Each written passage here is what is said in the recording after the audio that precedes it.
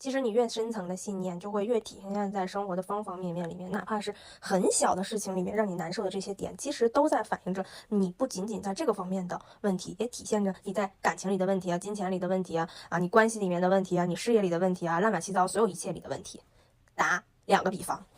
一个呢，就是前2天我说到的我的那个朋友，他在创造工作的时候呢，他觉得他一定要怎么样维持在一个好的频率里面，但是他一直都没有看见他底层的一个信念，就是他一直想等靠要的这个心，就是他希望找一个人依靠的这个心吧。然后但是呢，在他生活中发生了一件事儿，就是他要去请一个他的朋友吃饭，但是他从来跟这个朋友在一起的时候都是他请这个人吃饭，那个人从来没有请过他吃饭，但是他们是好朋友。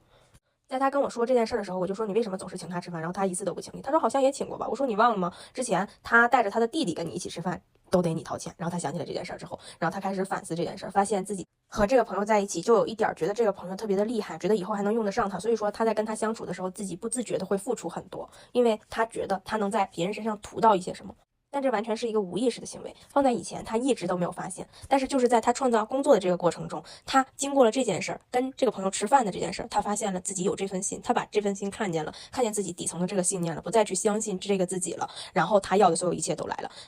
那是因为他的这个，比如说他在创造工作的时候，他想依靠我，但是这件事情已经很长时间没有发生了，但是他的显化一直在进行。宇宙必须要创造一个事情，让他看见他自己还有这份限制性信念在，必须要让他剔除掉这个信念，他的显化才能来。所以说你的宇宙也会帮助你，所以你就会碰见这样的一件小事，然后你还有一些难过，有一些伤心，你在这个难过伤心的背后就能看到你应该看到的东西。宇宙在想一切能帮助你的方式去帮助你。然后还有一个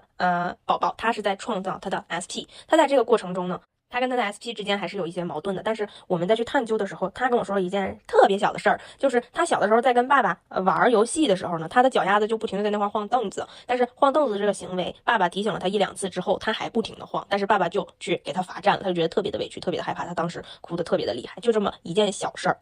但是我在带着他去探究的时候呢，他就已经开始抵触了。他觉得自己又没有做错什么，为什么这么可怕？他觉得怎么样，乱七八糟一大堆，都是表面上的这些敷衍。到后面他发现，为什么爸爸提醒了他1次、2次之后，不让他做这样的行为，他还不停的这样做呢？因为其实他不停的在用这样的行为证明着自己的重要。他希望我这样不停的晃，爸爸就可以对我有不停的耐心。爸爸提醒我1次、2次之后，还可以提醒我3次、4次，但是我就觉得不足够。他就会希望通过任何事情，就像这样的小事，他都通过这样的事情去验证爸爸对他的耐心。他希望爸爸对他的爱是无条件的，无条件的话，可能就代表着爸爸提醒我1次、2次，可以提醒我3次、4次、5次、6次、7次、8次。但是，一旦爸爸不再提醒了，去惩罚我了，我就觉得至于吗？就这么大点小事，你为什么给我这么大的惩罚？你是不是不爱我了？你是不是怎么样了？那就这样的一个小事儿，他底层就是因为他觉得好像爸爸不是无条件的爱我的，好像我做错了这么小的一件事儿，我就要被这么大的惩罚，我不是那个无可替代的人，我不是爸爸心尖上的人，他就会有各种各样的想法，然后以至于他在跟他男朋友在他的 SP 面前的时候，他也会不停的去验证，他希望通过不停的这样的行为，一次一次的满足他，来表示他的重要，来让别人向他展示别人对他的爱。但是你有这个心的时候，你就永远不会被满足的，因为你总是觉得自己不是那个被无条件爱的，你总觉得自己是那个可以被取代的。那么爸爸就算提醒了你1次、2次、3次、4次，就算爸爸提醒了你10次，爸爸罚站你，你都会觉得爸爸为什么这样罚站我？你只是提醒了我10次而已。可能当时爸爸真的提醒了你10次，但是你只愿意继承2次，因为这样的话会让你更加的体验我得不到我想要的这个东西。在你有了一个很深层的限制性信念的时候，你的这个限制性信念就会通过你生活中的各个方面体现出来，来验证他自己。不仅是他跟爸爸上，还是他跟他的 SP 上，还是他在工作中，还是他在友情里，他都会重复这样的形式。所以说你在去显化你的 SP 的时候，你在去显化你的工作、你的爱情、你所有的目标的时候，不要觉得这一个星期发展的这些事情里面没有出现跟他之间发生的事情，就代表着事情没有发生。